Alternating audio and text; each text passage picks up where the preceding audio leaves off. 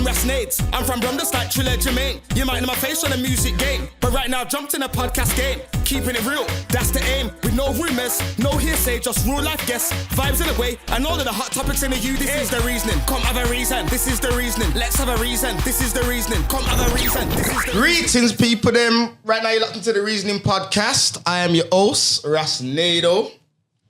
And you see today, we got two very, very special guests in here, you know. Because this is a first episode in a 3-part series, yeah? On from prison to Reformation. So over the next few weeks, yeah, I'm gonna have a few guests in, like groups, and we're gonna have a little discussion about places that we've been when it ain't been so good, but then what we did to get out of there and the mindset we was in and what the tools we used to get out of there and what we used to stay on track. So today, I've got two very special guests with me. My first guest, yeah, is from London, yeah. He done a 16-year sentence, yeah, done half of it.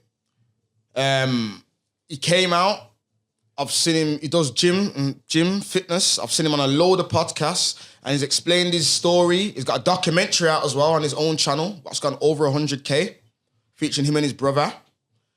And I'm just glad to have him here. So my first guest is Louis Barz. Big up, my bro, man. Thanks for having me as well, man. Yeah, man. Big up, man. Good. Now, my second guest, yeah, is a guy who also went to prison. He done just shy of 5 years, and I done a bit of time with him, and I got to see the progression. I seen the beginning of the progression of when we used to have conversations and his mind started to change. He's currently out now. He also does fitness. He's got a decent following and engagement on Instagram at the moment. He's building up his thing. He's building up his brand. He's got about to drop his clothing and everything. You know, he's about to become a personal trainer full time. So, Rudy rocks. Rudy yes, bro. Rock. Yes, bro. How do you want it to be said, bro? Rudy, that's the name, innit? Rudy, That's my, innit? yeah, that's and my the brand is RocUp. RocUp. Rise over challenges, RocUp. Yeah? Yeah. Yeah, man. Love that. So, yeah, man, lads, man, we'll just say, you know what I mean? We're just going to really just dig into, we're going to get started, like, kind of from the beginning thing. So, we're going to more dig into, like, because we know that we all went to prison. All of us around here have been to prison, and then we came out, and we're trying to do positive things and trying to make a change. We're not trying to not leave that life behind, innit? But obviously, everything stems from something. So, my first question I want to ask you is, what made you get involved in a criminal lifestyle in the beginning? For me, I come from a crime family. So growing up, my dad's an armed robber, uncles are drug dealers. Yeah. So for me, growing up, like having my dad in and out of prison, it felt kind of normal to me. It's only in like later life it started catching up, like I'm realizing I actually miss my dad. You know? Yeah. So would you say that because he was like doing criminal stuff and that, and do you think that you kind of like looked up to that? Yeah, like my dad's a well-respected person, like in South London. So when there's like licks being moved, being done and that, and my dad's name's being dropped and that, everyone looked up to my dad around the estate. So I felt good, you know. I felt like a bit of power. Not like I abused it and I was a bully with it. Saying. Yeah, it's like a respect thing, you know. Yeah. I wanted to be like my dad. Yeah. I get ya. I say for myself, I think it's something I just kind of slipped into, like growing up. Didn't grow up with my mum. It was just me and my dad. So I didn't have my mum in my household. So I didn't really have that stable house. Yeah. Didn't really have a home. It's more just a house. Yeah. My dad's kind of out. So I was kind of left to my own devices a lot. Like me, yeah. You know what I'm saying? So I was outside from I was very young. You know what I'm saying? You probably remember me when I was a kid. So yeah, man. I remember you, man. You was outside from very early. Yeah, you know I kind of got left to my devices. Very early. You know, very young, and I used to see ya. Yeah, used to see ya as a kid. So, very young. So. Yeah, and I feel like as well, you know, growing up as a white child in Handsworth, I didn't fit in. Now, that's a big thing. Yeah, I didn't fit in, bro, but I quickly realised, I think like growing up in Handsworth and that, I quickly realised, like subconsciously, when you do bad things, when you do badness, people start looking at you as like cool and you start fitting in. So I feel like subconsciously I picked up on that. Yeah. So then I just kind of drifted and fell into that. And my friendship group, they was already in that. Yeah, and they all had older brothers. Black people, obviously, you get me. So, yeah, I get what you're saying. So there's it's mad because there's a cultural difference, but but remember, because we're all from the same place, it doesn't matter what colour you are. Yeah, because we're all from that place where the government's put us in it. Yeah, facts. Yeah, facts. So it must have been similar for you as well, Lou. It was similar for me. It's literally like 3 white guys around like 100 black guys. It felt normal. So you're gonna stand out. We did stand out, and the thing is, I didn't even look at it like that. Yeah. I just felt like I was around my friends. Amongst your peers, amongst like us, like even like Rudy and people and other my white boy friends who are like amongst us. We're not even looking at your colour. It never gets mentioned once. You just demand them, but you know to outside people who are looking in, they're like, oh, that's the one white guy who rolls with all them. You know what I mean? So I do get where man come from with that still. I do get where man come from. So, where do you think things started to spiral, like out of control? Because you know we all start off small, innit? Yeah, so I was selling drugs from a young age, from like age of 14, 15, 16. Just selling weed though, like £10 and £20 draws and that. Yeah. It's not until I started seeing like the profits I'm getting from like putting a box of weed in drawers. And I'm doubling my money. Yeah. And we was the only people doing it on the estate around the time. Yeah. And as a 16-year-old, I had a lot of money to my name. Yeah. And I started getting bored of selling drugs, you know, because like I said, my dad was a armed robber. Yeah. Rudy knows him. Yeah, I was in jail with his dad as well. And the thing is, I used to look at like films, watch robberies and that, and it used to proper excite me. You know, like looking at it, thinking, I've got to put a car here, I'm going to run through that alley, put another bike there. So for me, it was the excitement of actually planning a robbery. And a lot of the time, obviously, I cared about the money, but it was just actually doing it where I got my excitement from. Enjoyment, the thrill. Yeah. I think a lot of criminality becomes like that. I think after a while, the money it's just the thrill of the actual movement. Because I was the same, you get me? But Rude, what would you say? When would you say things started to spiral out of control for you? For me personally, I'd probably say when I hit about 17. I was living in a hostel. So I feel like that's when I was really, you know, and 17 is kind of that peak age where you start getting involved in other things rather than just the money. Yeah. The other kind of side of it as well. Yeah, come on. Yeah. So when I was living in my hostel and then getting involved in that at that age, I would say that's when. Because you remember people say you should do one or the other. So when you're doing both, it's double now because it's the beef thing. But then you've got the police as well because you're doing whatever you're doing. So it's a lot. It's a lot. And I like back to what Lou said. Like I was the same. Like I used to watch like Nicky Barnes documentaries and that, and I used to like think to myself, like I used to be like, I'm telling you, I used to be in awe of them because I used to sell drugs. So I used to like think. Like any documentary with that kind of stuff, I used to sit and watch it over and over again. I used to see how this. I used to think to myself, and then when I was actually doing it, like I said, got to the stage it wasn't for the money. I used to like the actual lifestyle, waking up, getting my phone ready, ironing my clothes, jumping, going in my car, getting a bit of weed, go to that food shop in the morning. It's that whole like I just liked it, and I got addicted to it. You get me? So I totally get it. So obviously, we do things. And we end up going to prison. What was your first, like, experience in prison? Like what was your first, when you first got there, what was your first thought the first time you landed into prison? So the first time I landed in prison was 2005 as an 18-year-old, done a cash and transit robbery. Yeah. And I got a 3-year sentence and ended up in Feltham. Okay, yeah. But I remember like the first few nights, how loud the keys, you know when they open your doors, your prison cell, it was just so loud, like you could hear every little, like you can hear the smallest of things and that. Yeah. So for me, it's the keys jingling in the doors that open you up and that. Yeah. But when I got to Feltham, it was like a youth club because half of my estate was in the jail. So for me, it was not a bad experience. I knew absolutely everyone in the prison. Yeah. It's not until I left there and I went to Portland when it started getting a bit reckless. But I'm a quiet person. I've never been a bully and stuff, you know. Yeah. So I kind of got through prison easy, you know. Okay, yeah. What about you? I think for me, first time I went to prison, I was 21. Yeah. First time I went to jail, I went all the way in Kent. Yeah, so I was like... That's different in itself. So I was like, 3.5 hours away or something like that. Yeah. I just remember thinking, I'm far. Yeah. I don't know anyone up here. Yeah. But again, it's like Lou said, like, I don't trouble no one. Yeah. I just conduct myself all right. So I didn't get into any problems or anything like that. You know, met some good friends in there. Yeah. People that I still speak to now that I've managed to stay on track and stuff, you know what I'm saying? But yeah. Just like me. The majority of the time I got in trouble, and this is even for being on road, was me backing someone else. Yeah. It wasn't me. It wasn't me getting myself in stupidness. It's me It's just loyalty. backing. It's my loyalty to my friends, you know. Which how it is a lot of the times. A lot of the times it's like that. A lot of the times it's like that. And I feel like that's why it's important to separate yourself.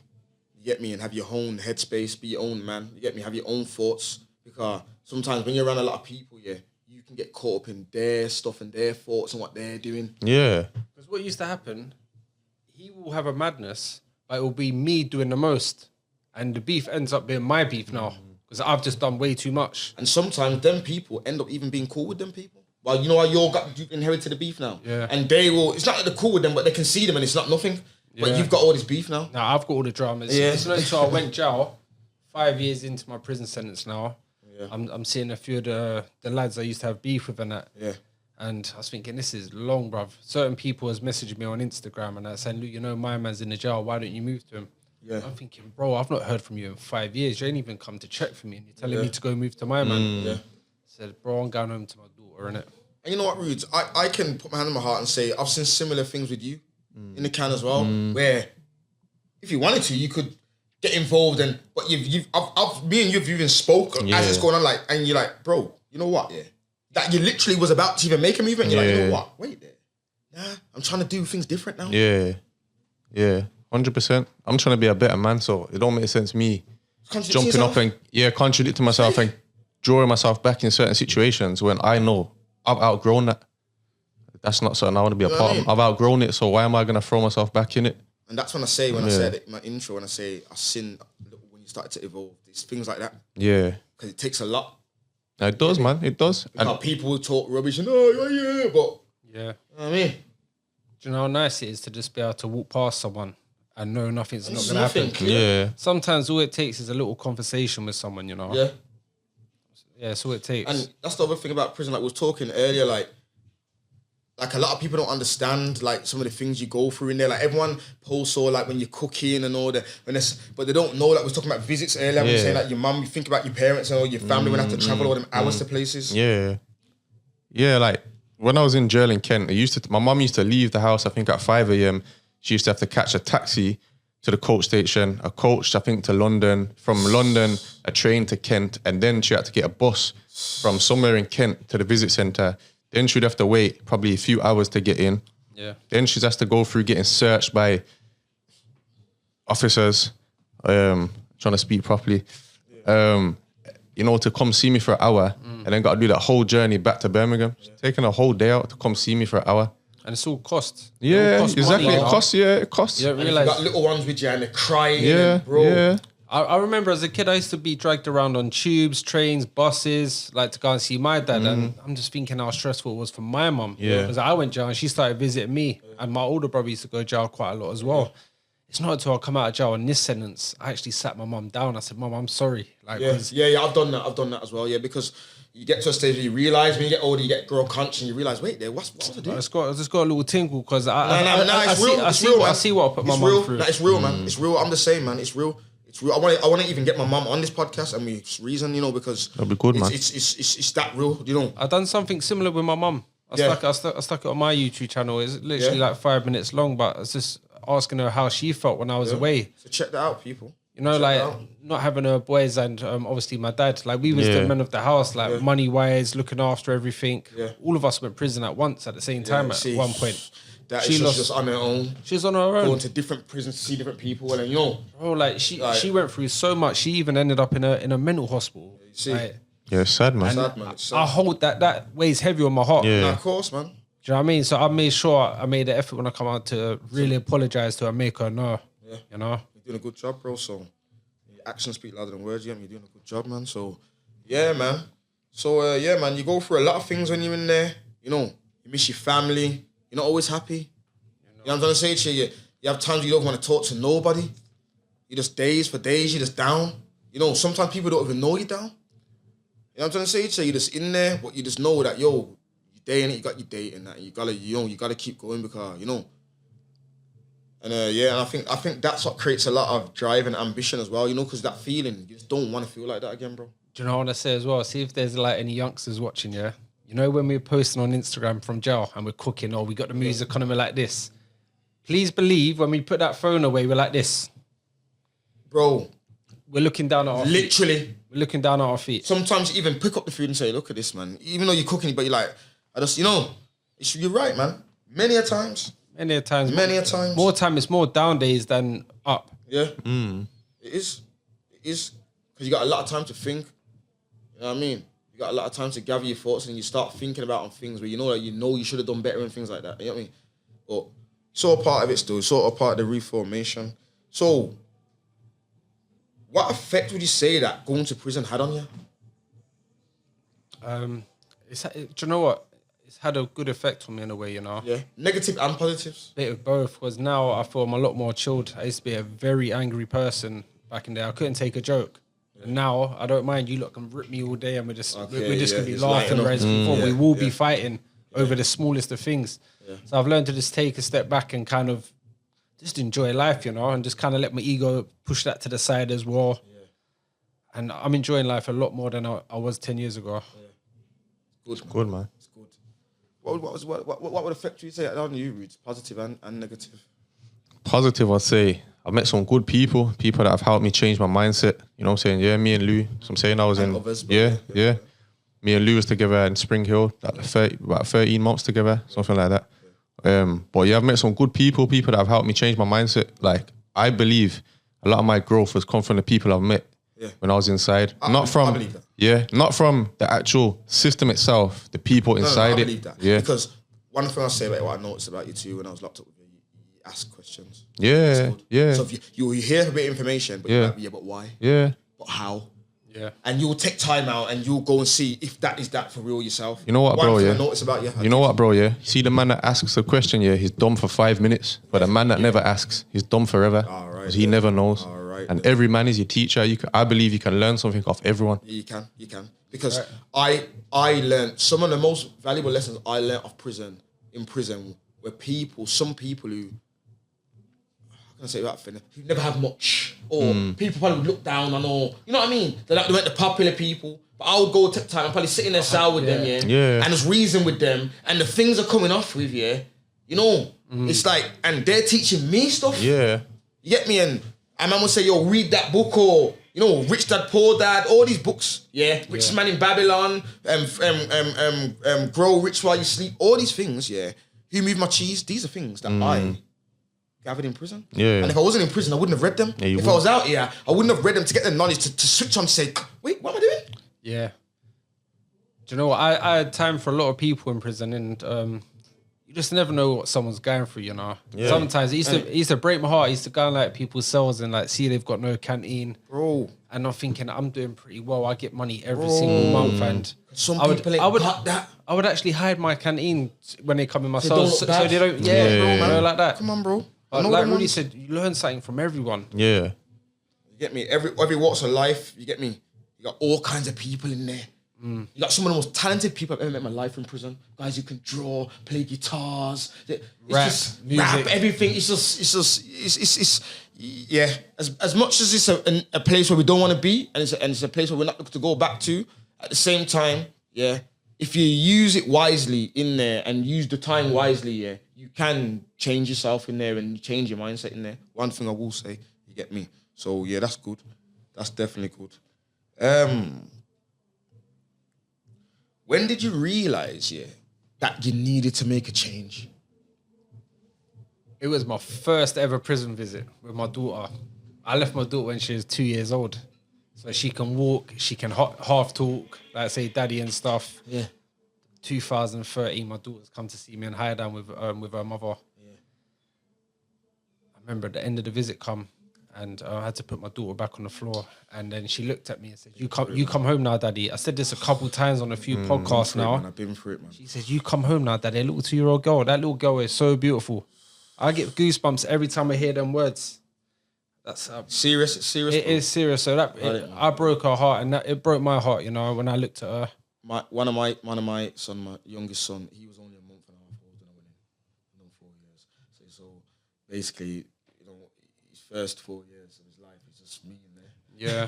Do you know what I mean? Like, and then I've got my oldest son where he knows me, but so now he's yearning for me because he's had 3 years with me. Yeah. You know what I mean? So, like, yeah, that is hard. That part there, these are the things what I'm trying to put this out there because I'm trying to, you know, people need to understand, bro. This ain't the route to be going down. It's not. This is what you have Them to go words, through. trust me, them words, you come home now, Daddy. Man. It broke me, but in a good way, it made me as well. Because it got me through my sentence. It made me know what I'm meant to be doing when I come home. It makes me know I need to be a better dad to her. Because remember, she's going to be a big woman one day. So she needs to know what sort of men to be looking out for. So I kind of need to lead from example as well, you know? Yes, because she's going to go for what she sees. 100%. So I need to make that effort and show her what a man's meant to be doing. So when she sees me going to work and that, I'll let her know I'm going to work today, Hallie. Like, just to make her know. Yeah. When would you say you got switched on? What was the first thing that sparked your mind? Like, you know what? You know what? I did change up my thing. I reckon, you know what? I met a man and he basically introduced me to like a whole new mindset, I reckon, like waking up at 5 a.m. and training straight away. Oh, so not just mindset though, because this is physical now, so it's a physical mindset and a physical structure. Yeah. So basically he used to wake up at 5 a.m. every day, go outside and do a circuit, So he was on my hut. This was in Cat D in Open Jail. Spring Hill, Yeah. So I just started kind of reasoning with him. So one day he said to me, why don't you join?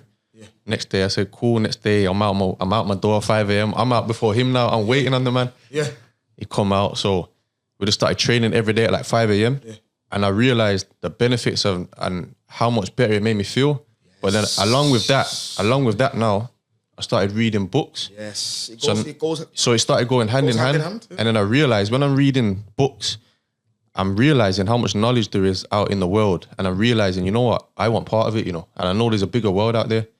And I realized that through fitness and reading. And I was reading books that it opened my mind up to a lot of things. And I just realized, you know what? I want more out of life. And I know I can get it. Is key. I swear, for you, Rudes, you had a lot of discipline in Open Jar, you know. I used to look out the window and thought, yeah, that is long. I used to see him and one of our friends doing the march. Yeah, 5 a.m. marches. I'll be honest though, Rudes, I need to say something because when I first see you, I see you like doing your burpees and I was a bit jealous, innit? He's looking kind of ripped up. I was the only white guy over there. I looked over, I was like, nah, man, he's the move, man. But made that little connection. Yeah, man. And even that, I reckon me and you probably first started talking because you was on the hut next to me. Yeah. But it's probably through fitness. Because you probably seen me doing circuits at the front. I've seen you doing circuits. It's like, we just start speaking. Yeah. You know what I'm saying? Then we start training together. And I realized as well, through fitness, how you can build friends for life. And it's like you build a community through fitness. And look, like I said, you're here today. Both of us are into our fitness. You've got future work coming and you've been doing stuff already. So look, it goes to show. You know what I'm trying to say to you? Yeah. Relationships that can be built. You get what I'm trying to say to you? So, you see, like pre-release. You see, like pre-release. Yeah. What was your mindset pre-release then? I said I was going to do 101 things that I never done. Yeah. When I come out, I'm going to do this and I'm going to do that. Yeah, let me rephrase that question. Yeah. What was your mindset pre-released and what happened when you got released? For like when I got released, I kind of fell back into the source straight away, you know, if I'm going to be honest. But what was your mindset pre-release though? You know what? It's a hard one, really. I'd say when I pre-release, I would have said, I'm going to come out and I'm going to do this and I'm going to do that. But I didn't stick to what I said I was going to do. Yeah. If I'm honest. Yeah. I kind of fell back into certain things. Yeah. Not illegal things. Yeah, I know what you're saying. Even the social circles, everything. Whatever. Where you are, even just where you've been. Whatever. Everything, going out certain nights, I know what you're saying. Yeah. And then when I got out, I think I had a lot of time to reflect. And I realized, I think when I got out is what hit me harder than jail, you know. Because I don't think jail was hard for me, you know. So I've asked this question. I don't personally think jail was hard. Yes, you've constantly got that stress on your shoulder, you're in jail and etc. etc. You see, before you got you got out, just before like the day, was you anxious? Like, yeah, 100%. Yeah, like I think the last day was mad. Like I remember Lou and all that was all waved me off. Like All the lads come and pick me up. Yeah, it was mad. Like, I got goosebumps now. Well, it's not a game, man. yeah, like Yes, sir. it was a serious thing. So carry on. So you're saying you don't feel like when you first got out, I don't think jail for me, jail's not hard. Jail's boring. It is hard, you've got that constant stress on your shoulder and you're missing out on time with your friends and family, more whatever. boring, you're right. Yeah. But I feel like when I came out, because I made that conscious decision that I'm not going back to that life, I realized I don't really know myself, because I've been doing all this stuff all these years. I don't know what I like. I don't know what I enjoy. I ain't got no hobbies. I don't know my interests. I don't know. I don't have a career. I don't have an experience. I don't have anything. Living the street life. Yes. I realized I've come out and I'm like a 16-year-old who's just been kicked out of school. I've got no GCSEs. I got kicked out of school and all that. So it's like, I've come out now and I don't know what's going on. I don't know what I'm doing with myself. Yeah. So I feel like that was the hardest part for me to come out and, try and discover myself. What would you say with you, Lou? What was your mindset pre-release and then when you got released, like what happened? Like, there's a lot of excitement, but I took my time with it. I kind of stuck with the plans, my goals and little targets I set. Yeah, I was just doing one thing at a time and not rushing into anything. Like even jumping on people's podcasts and things because I knew eventually I was going to do that because I want to get myself out there. Of course, man. Come on. And obviously, I see myself being on TV soon and that. I can feel big things going to happen for me. And that, You're a star, bro. I can feel it. You're a star, man. I can feel it. Yeah. So the first thing for me was turn up at the school, get my daughter. Yeah, make her know daddy's back. Start picking her up from school. Hey, listen, I won the Father's Day race the first week I was out. I remember. I remember. Hey, listen, proud moment. My first race. I've seen it, and it's mad because when you say that because what they say in it, how you start off is how to carry on in it. So that there makes sense to me. You telling me that because it seems like since the day you came out, you've just been like that. Yeah. So, but that was the start because if you're saying, look, a lot of people come out and go see their friends or go on pop shop, you said you've come out and the first thing is you want to go to the school. That's the first thing. I went to the school gates. That was my first day out. You know what I'm trying to say to you? And then obviously the rest is history. Obviously the man have took it to where they need to take it from there. So what I would say now is when you first came out, did you find it difficult? Like, you integrating back into society? Like you plan, I'm talking now. When I don't mean like now. I'm talking like with like career wise. Yeah, I was gonna say, what you want to do with yourself. Not at first. I didn't find it hard. Nah. I feel like as time started going on, and I realized time's going on now. What am I doing now? Yeah. Because I've been out for a while now. Yeah. Still kind of messing about. Yeah. I don't know what I want to do with myself, and then that's when I think it got hard. Yeah. And I'm like, what am I doing now? So.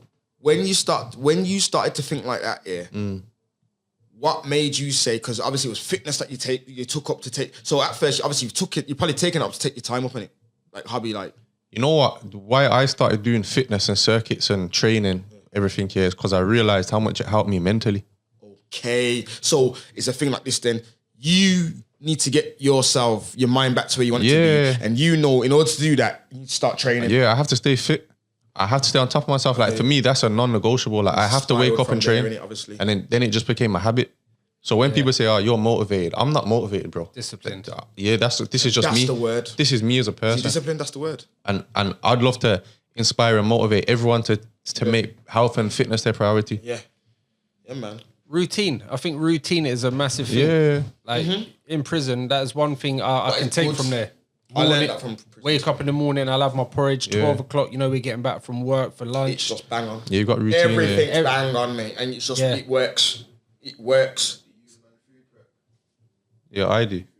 Yeah, I do. Yeah, I just make my own meals. I know a lot of people ain't into What, now or in jail? Now I do. I'm still banging You can tuna. do it in jail as I'm well. still You banging can food tunas prep at in jail. Maximus. You probably can food prep in jail better than you could out here. I did. I never used to food prep in jail. Yeah. Obviously, we never. But when you think about it, when you check it, you probably could. You probably could do it better in there, because you got the time. You can make all the. You got them little 15p things in there, little Tupperwares that you can put them all in the fridge. You know what I mean? They was just stacked up in the sauce, weren't they? Well, yeah, man. So all right, cool. So. You took up fitness, Louis. You've took up fitness too, haven't you? So you was more. You was more though, Louis. You was more. Was you more an influencer thing or was it fitness for you first? when you first came out, when you got into like this podcast world and stuff? Or was you just trying to tell your story? No, basically, when I come home, I wanted to tell my story and get myself out there. Yeah. Because like I said, I do see myself being on TV. Yeah, you've got a story to tell. You've definitely got a story to tell. So for me, jumping on podcasts and things, you just never know who's going to be watching. Someone might think like, "Do you know what? I could use this guy for a spot in my movie, you know? Yeah, yeah. And at the same time, I'm getting a message out to the youngsters and that saying prison's not what it's made up to be. Course. You know? Just think about what we're putting the family and friends through, man. Course. So, what would you say made you stay on track then? Once you now that man have got out, and you decided, all right, cool, I want to do fitness, I want to do whatever my influence in. What? Because you know what it's like. We got so much obstacles in life. We got so much things that can take you off track. Yeah. What makes financial things where because we all know when you come off the road or whatever, the financial thing, it gets a bit sticky. Like, you know what I'm trying to say to you? Like, because you're spending now, you get me, and money doesn't last forever. No matter how much you got or how much think you've got, it doesn't last forever. So what makes man stay on track and gives man that motivation to, stay in line? Because that's an important message, Because a lot of people start and then they fall off track and they get recalled and and they start spiraling again. So what do you think will keeps man on track? For me personally, I feel like I've got an end goal. Like, I'm trying to build a fitness empire. That's a good so answer. I feel like for me, if I've got an end goal, I'm chasing something. I'm chasing carrots. Yeah. Like, I know what my mission is. Yeah. So every day I wake up to motivate. Every day I wake up to inspire people to do health, do fitness properly. I know that I'm still chasing my mission, and I've got my why. Yes, I've got my why. But now it's just about making it happen. So. That's the process. That's the journey. So I feel like I've got a journey that I'm traveling on that I'm trying to make happen. Yeah. I will make happen. Yeah. No, not will. We know it's happening. So, it's happening right as now. we speak. Yeah, as we speak. Too much people are on this short-term goals and that. When they need to be looking more to the future, where they want their business to end up. Yeah. Like it's a marathon. Like, I'm just taking my time. I'm just building slowly as we go on. And it's all going to happen. A lot of people start things and don't finish. But this is where this discipline needs to come in. Take on too much as well sometimes. Yeah. And then that makes them not, instead of doing what you're saying block by block, take on too much and then you get demotivated when you see things not going your way. Because what started driving me mad, when I come home, I said, I want to do a couple podcasts and then I'm going to do my own YouTube channel. And then people was like, Lou, why don't you do this? Why don't you do that? I'm like, I'm not doing too much at once because I know I get overwhelmed. I know myself. And once I get overwhelmed, I will go in a dark place. Yeah. And I will lock myself away from everyone. So try not to take on too much. Yeah. One thing at a time. Yeah. You're right, You're right. When I first come out, I started working. I just got a job. I got a job for the first year and a half. I just come out and said, you know what? I'm going to get a job, keep my head down. I'm just going to work. Yeah. I've done it now. Built myself up to a certain place where not that I could have carried on working, but because I've got bigger dreams than just to be a worker, I said, I'm going to start mute. So I said, I've got enough. I've saved up a little bit of money now, enough to buy myself a car, I can do certain things, and then I'm going to start branching out now and seeing what I can do for myself. You know what I'm trying to say to you? And so, and like I said, it's all timing. It's all timing because I'm still nowhere where I want to be, but we're on the road. You know what I mean? And, one day at a time, and we keep it moving. You're working with what you've got. You know what I'm trying to say to you? Yeah. And I'm a strong believer of that as well. And that's what it is, yeah. A lot of people, you're right, because a lot of people think that you need so much things and you don't. You get me? Use what you've got around you, you're right? Use what you've got around you. You get what I'm trying to say to you? Don't be embarrassed. Use what you've got around you. There's never a perfect timing. No. Time's never right for anything. Yeah. And another thing as well, I think, like, people, why some people struggle when they get out, I think you have to learn to drop your ego. Because like a lot of people won't get a job because they're used to being on the road. All right. First of all, they're probably not used to the money. Second of all, they care what people think, bro. Yep. But you're living your life for you, For you. And it's your family who's gonna struggle if you go jail. Yeah. Not them. Yeah. You know what I mean? So I think you just have to live for you and just not care what people think.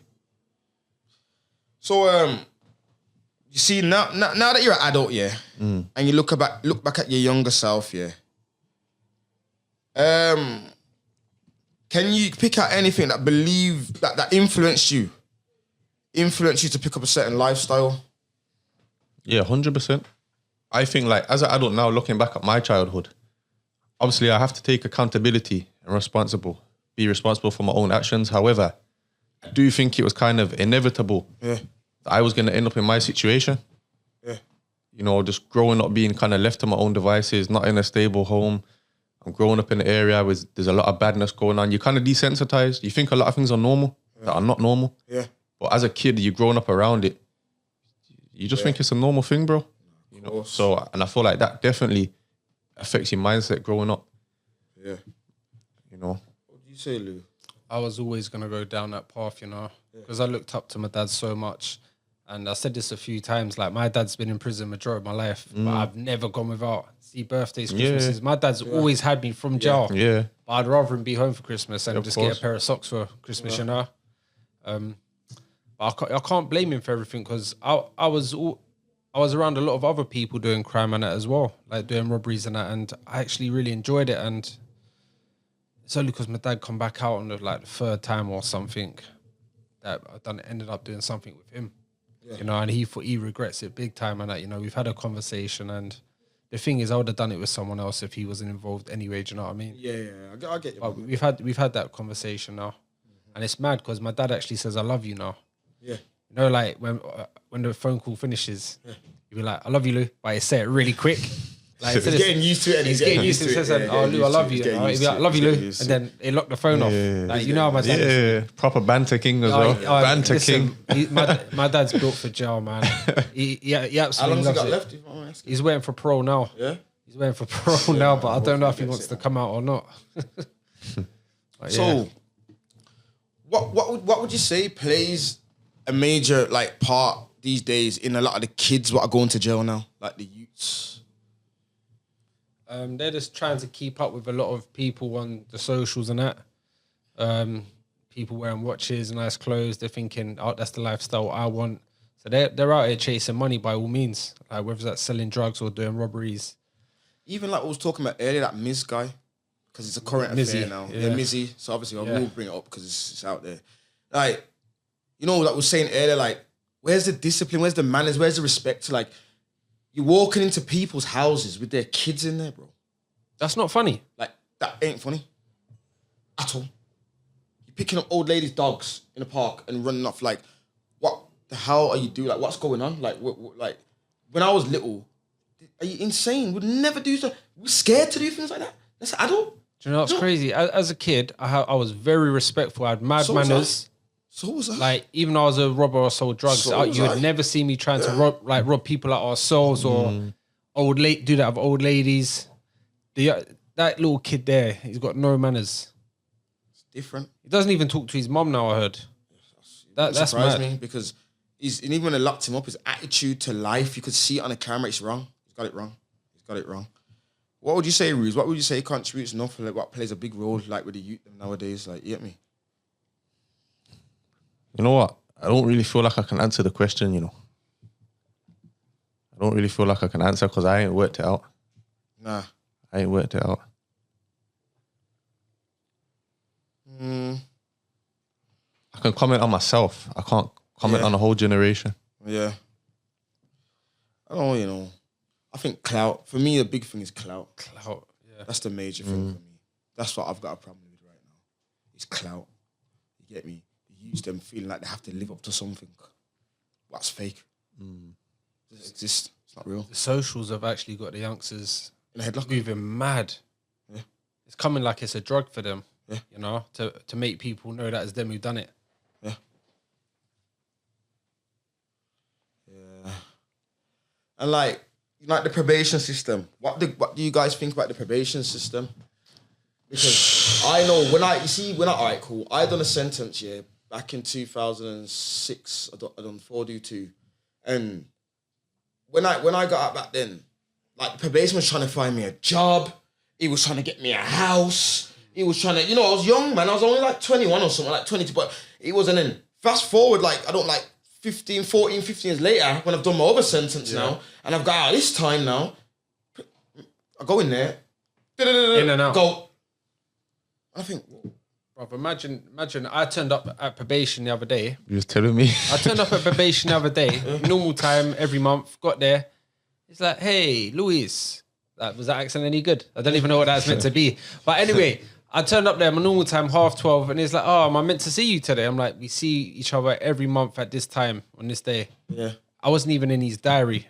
Yeah. He didn't have a clue I was even meant to be there that day. Yeah. They've got so much caseloads, they're overrun. Like you just said, it's literally in, write a few little scribbles in the book, and we're out again. Yeah, they don't. What would you say, Rudy? You still on license? Do you go to them? And Yeah, but bro, I'll be honest. I haven't had any help off my probation at all, innit? Nah, It just like, doesn't happen. Like even when I told, you know what? Even like me now with my personal training, that had qualification, I've had to go and do everything myself. Like, and I've funding. Nothing. And I did ask. I asked, is there any support I can get, any help I can get to get my personal training qualification? I never got any support with that. Even with, I've got friends as well who are also on probation, and they've had to do the same thing. Like they've got jobs of like railways and stuff. They've had to go and get their own tickets. Like they haven't had any support. I can't speak for every probation officer, but I know there's a lot of them that don't help. For every probation officer, but you know what it is? The majority, when I speak to majority of people, a lot of people don't get help. They don't get help. It's a Mm. big crisis. It's like you're coming out, and you're just being lumbered. Yeah, you're thrown out into the wild. And then the minute, when things go wrong for you, they're quick to recall you. Yeah. Quickly. I could have got recalled the other day. I've been recalled He didn't even know I was meant to be there that day. It's They're overrun. He was saying something like he's got 70 caseloads to one probation officer. See, system failing us once again.